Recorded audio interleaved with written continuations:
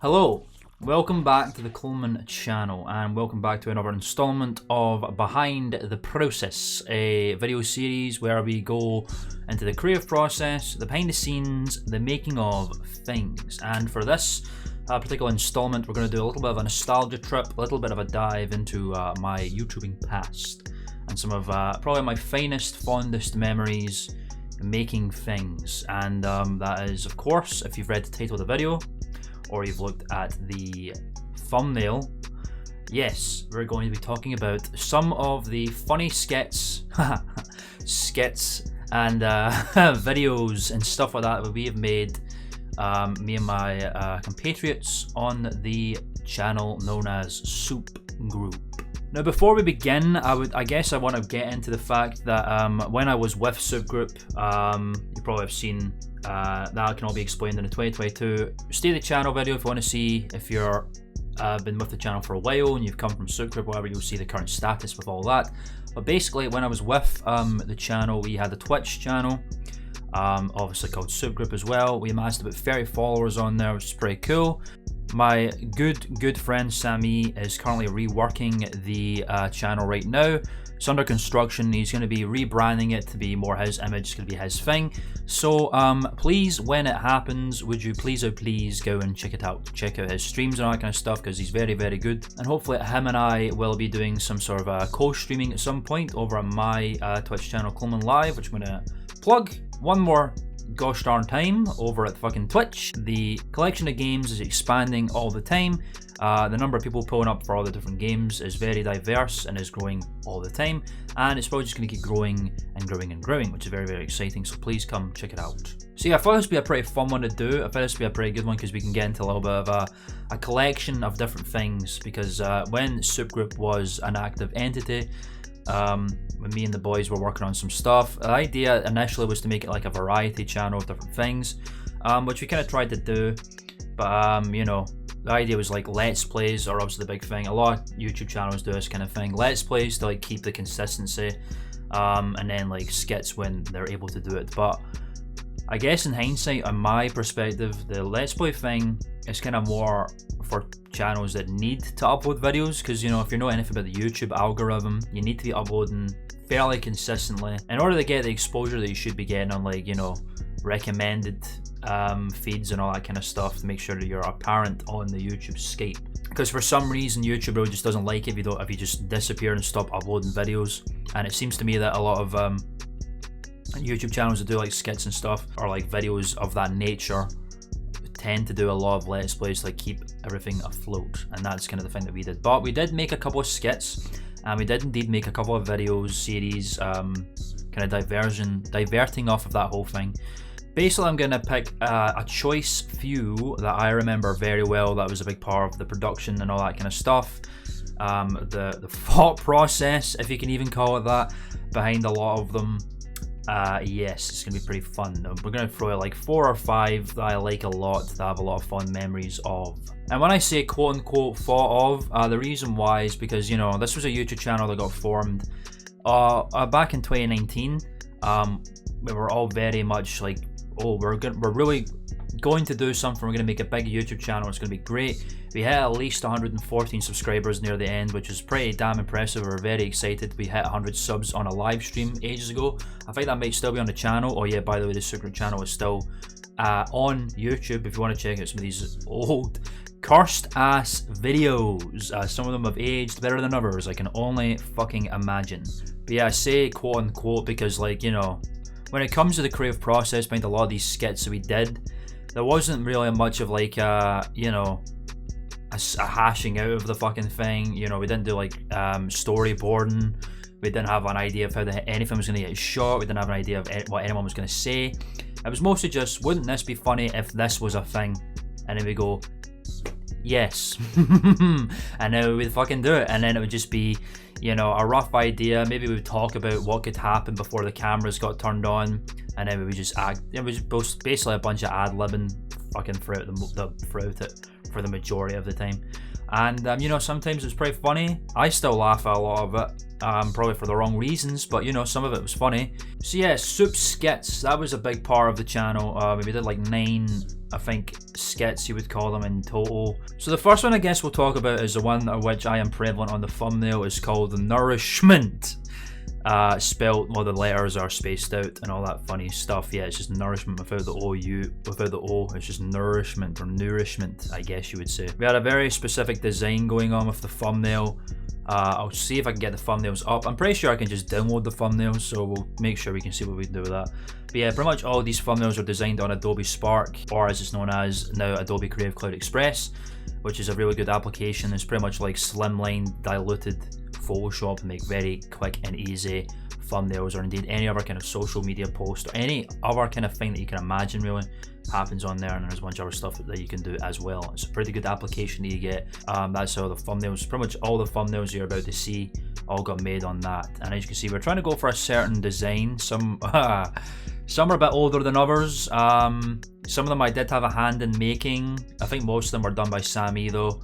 I mean, Nourishment, I know for a fact he did.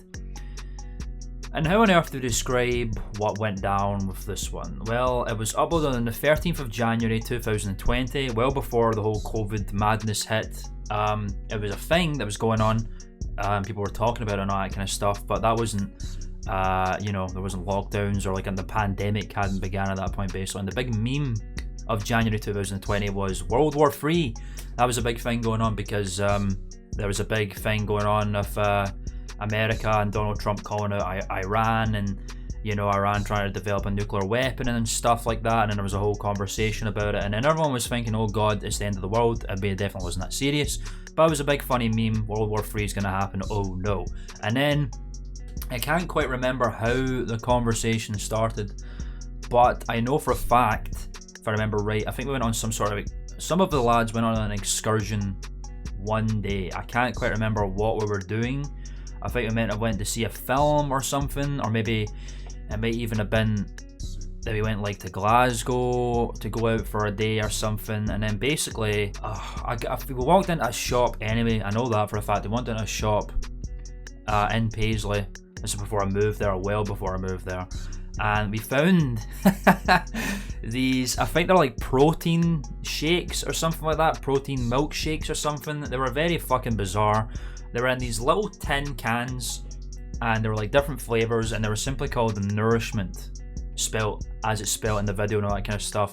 And we were very greatly fascinated by these cans. We were like, what the fuck is this? What are they? It must be fucking horrendous. What is it made of? Why is it in tins? Oh my god, the questions are endless. So we thought that was pretty hilarious, and then we were like, what? The decision was, we gotta make a fucking video out of this, if we can fucking possibly believe that. So that's what happened. We bought 3 of the flavours that they had. We weren't too clear on anything about them, but we just knew that one label was brown, one label was pink, one label was yellow. So we bought a can each, or 10 each, excuse me. They definitely were not cans, they were tins. And we did a bus ride home. In fact, we even did like a social media post about this video that was coming up, because we're on the bus and it was like neon lighted and stuff, and we're like, we're gonna tease out this funny video. This is gonna be absolutely fucking hilarious, and I think it should be there, or hopefully I can find it, because it was pretty funny. We stacked them up one by one and all that kind of shit. I don't quite know how we managed to tie in the Nourishment with the World War III aspect. Like I said, these were all quite a while ago, and like there was not much thought process going on. I'm sure a lot of the fellas would admit to that themselves. But that was like the funny charm of the whole thing. There wasn't a lot of thought into going in any of these fucking skits. We had a green screen at that point in time. We had this big ass green screen, fairly cheap, but it worked for the things we used it for. And I guess we were like, why don't we do an American POW who is in prison, and then the video is he's forced to drink Nourishment, and that was the fucking video. And off it went. So it basically starred 3 of us, well technically 4, pretty much the 3 figureheads of the channel at that point in time. There was me and SAMII, who were basically the figureheads of the channel at that time. We did a lot of the work on most of the videos, and the editing, and the uploading, and managing the streams, that kind of stuff. We did a lot for the channel. It was us 3 in front of a green screen, and then we had the prison PNG on the back of it. And then there was our friend Andy, who at that point, who was a part of the channel at that point. He dropped out later on. He was like the, I guess he was like the prison warden or some shit. It's all very, very confusing. But basically, all it was we decided, you know, yeah, that was it. Like I said, idea, why do we have an American POW get put into an Iranian war camp before the start of World War III? And then that was me, by the way. I played the American POW. I believe I called myself Sergeant Saskew Watch. That was completely ad-libbed, like much of fucking everything else. The reason why I was called Sergeant Saskew Watch is because I had a beard, quite similar to a homeless man for 2019, or really in the beginning of 2020. And I got dressed up to be a POW, like I got to put the beanie on and like the ragged clothes and stuff, and it was very accurate to a homeless man, and we were pretty proud of that. And I think Sammy came up with the idea that he was convicted of, like, you know, there was a running gag that he was like a nameless homeless man that pulled up in videos, so that was a thing. And he was that again, except he was arrested for like concealing weapons in his hair and his big ass afro and like killing people or some fucking thing like that. And then he ran with that idea, and then that was a video. And like I think I said in the video, it kind of read more of a fucking mental institution than, you know, a maximum security prison facility. I feel this is reading more like an asylum than a fucking I feel like I've just been thrown in the wrong place. But it was pretty funny, and we just basically did that. It was literally just us kind of talking shit in front of a green screen, being these funny characters, and then we got served the Nourishment. I guess it's supposed to be a challenge video, quote unquote, in a way, because we had to drink this Nourishment. We basically took the labels off of the tins, and then we all wrote Nourish on it, and all funny different cursed scripts and texts and stuff like that. And they actually got shuffled too. So we wouldn't know which flavour was which or what we were getting, which was actually quite funny, because as it turned out, when we got given the cans, they were the ones that we had written anyway, and out of complete luck, they were actually the cans, the flavours that we bought in the first place, which is very strange, completely luck. I didn't know how dedicated to the bit we were going to be. I thought we were just going to sip until they were finished, so I did that. Sammy fucking chugged the entire thing without fucking breathing, and he went so far with it, I basically went, well, I'm not going to finish mine, because we already got a guy who committed himself to the bit. I don't need to commit myself to the bit. Cam didn't need to commit himself to the bit. We didn't finish it. It was fucking hilarious. That was pretty much Nourishment. One other thing that was pretty fucking great about it that I like a lot is because there's a war setting, is I thought it'd be really hilarious if we used the song from Full Metal Jacket. Yeah, the song from the opening of Full Metal Jacket, the Stanley Kubrick film, Hello Vietnam by Johnny Wright, which is like a pro-American fighting the North Vietnamese communist enemy kind of thing. So that was the backtrack for the whole song, and I thought, wouldn't it be fucking hilarious if you actually did a little bit of an edit to this song? So I went into, I think I just did it in Premiere, so I grabbed the song Hello Vietnam, and I also grabbed the American address that Donald Trump gave in regards to Iran building a nuclear weapon and how America were going to respond to it. So basically what I did was, anytime I went, you know, goodbye my sweetheart, hello Vietnam, I would cut out the Vietnam bit and replace it with Donald Trump saying Iran. And then the best part, one of the things that I thought was pretty funny, because one of the lyrics in the song is, we must stop communism in that land, which is also not relevant to the Iranian issue, as I replaced it with, we must stop a nuclear weapon in that land, and then we just looped it and that was the song. I thought that was pretty funny. I still think it's quite funny, to be quite honest. That was Nourishment. Cedric's Bedtime Stories, the very hungover caterpillar. This one is something else. So if you're wondering what the hell I just said to you, that's completely fair. Let me elaborate. So Cedric, also known as Cedric Alexander, who's a character, one of the legendary iconic characters of Soop Groop. Cedric Alexander was a very iconic character because he was played by our good friend, a member of the channel, Kyle Miller, or Ree. I believe the character himself just came out on a whim, of course, and one of the first Let's Plays we ever did, which was, I think it was Star Wars or some shit or something like that. It's not on the channel right now. My name is Cedric Alexander. And I'm here today to tell you how you can make your life a little bit better with olive oil. Extraterrestrial integers are in this bottle of olive oil.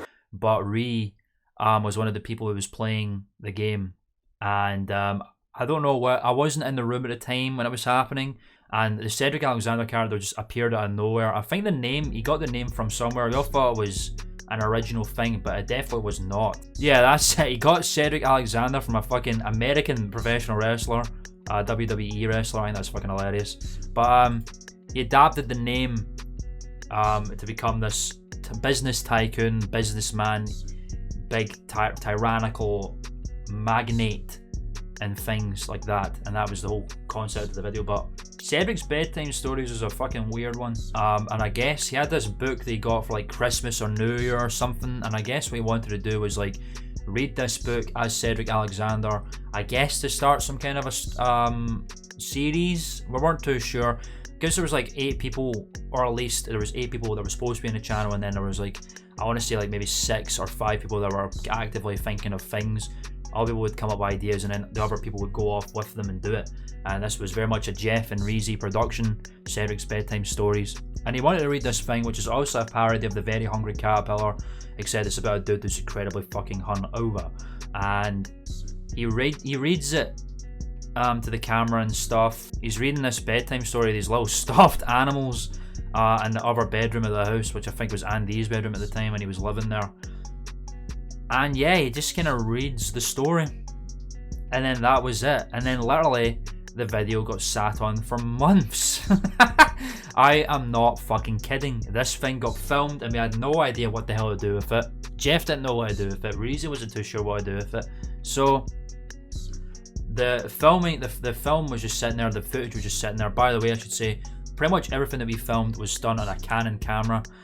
It was definitely not a camera. Yeah, I think that's right. I think we used a Canon 600D, which was graciously given to Jeff on his birthday or something as a gift anyway. Which is more of like a photography camera. It more specializes in photography than videography, but it definitely worked for us, even though we didn't really know what we were doing with it. We managed to make some things. I'm sure Jeff's mum really liked the fact that we were using this Canon camera to film Let's Plays. Oh, I love everything about what we fucking done.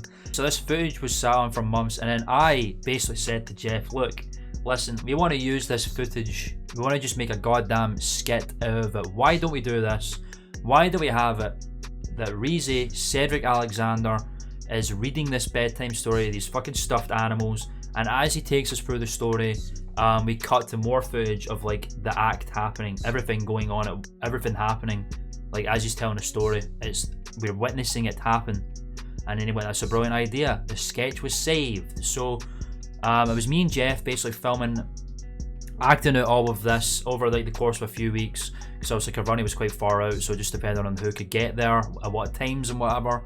And it was just us two basically going through the story, going through the motions, like him waking up and he's hungover and stuff, rushing into the kitchen to try and find food or whatever else, and then all that kind of stuff.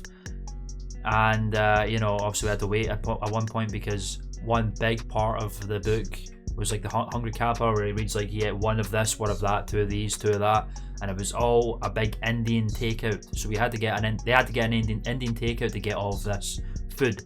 And then I just basically filmed it.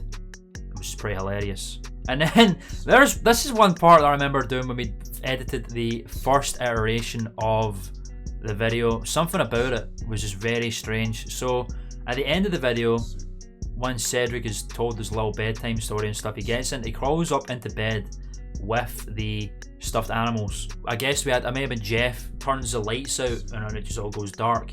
I made the observation when I was editing the video, and this is when I've just started out editing, by the way. Like, I was very early on with the editing process, so it was very rough in a few places, but I was picking up things.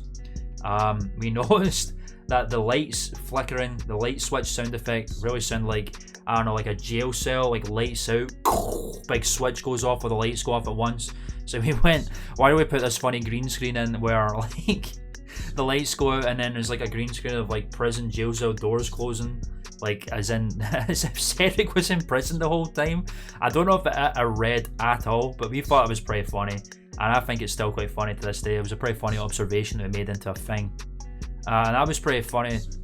Video, 444 views on that one, which is pretty cool. And like I said, that was one that got quote unquote saved because like they filmed it and they had no idea what the fuck to do with it, because it was literally just Reezy sitting there reading a bedtime story to some stuffed animals. I think that's it. That's kind of like all of the Soop Groop videos that I'd like to talk about at this point in time. I'll give some honorable mentions if you're curious at this point and you'd like to dive into the Soop Groop channel and see what's going on. We did a Super Smash Brothers video, if that tickles your fancy, called Insert Fighter Here for Dummies. Like anytime a new fighter come out, we would do like a first playthrough. The Implication Hour was a series I like doing a lot, where we basically talked about the implications for media, shows, particularly Marvel stuff is what we're talking about, a big deal at that point in time. But there was a bunch of stuff we're going to expand to. And then, you know, there was just some funny let's plays that we used to do. There's a bunch of reaction videos to stuff. I recommend that you watch the Crash Bandicoot 4 let's play, is pretty funny. The Fall Guys let's play is pretty funny. The longest one was Link's Awakening, like that's a long one there. WarioWare Smooth Moves, pretty funny. Ghostbusters Remastered, I have good memories of that one. Banjo-Kazooie, there's a bunch. Super Mario Bros. 2, the first we ever did. Yes, that is our behind the process of some Soop Groop videos, Soop Skits, Soop series, other things like that. Thank you all very much for joining. It was a nice little nostalgia dive for me. I've not watched some of these videos in a good couple, like probably like a year at this point, maybe even a couple of months under that. But it's been a very long time since I watched some of these. I think we're going to go and watch some of them in a little bit because I'm very curious to dive back in. You know, I've got some fun memories of Soop Groop, man. You know, we had a goddamn time, and there was a great fire in our bellies when we first started because we really wanted to make some stuff and make some goddamn content. And you know what? Over the course of like 2-3 years, that is exactly what we did. And you know, I am proud of all of it. So if it's more cursed, some of it was more nonsensical than others. But you know what? The fact that we did it, the fact that we went out and got all the stuff we needed and got together and, you know, had this big, hilarious brainchild, it was a lot of fun, and I'm glad we did it. That's the video. That is Soop Groop. Check out the channel. It's still there on the YouTube channel. If you like the video, feel free to hit the like. Subscribe for more behind the process and other videos I'm working on right now if you enjoyed. And I think that's probably going to be about it, so I'm going to stop talking now. Soop. Goodbye.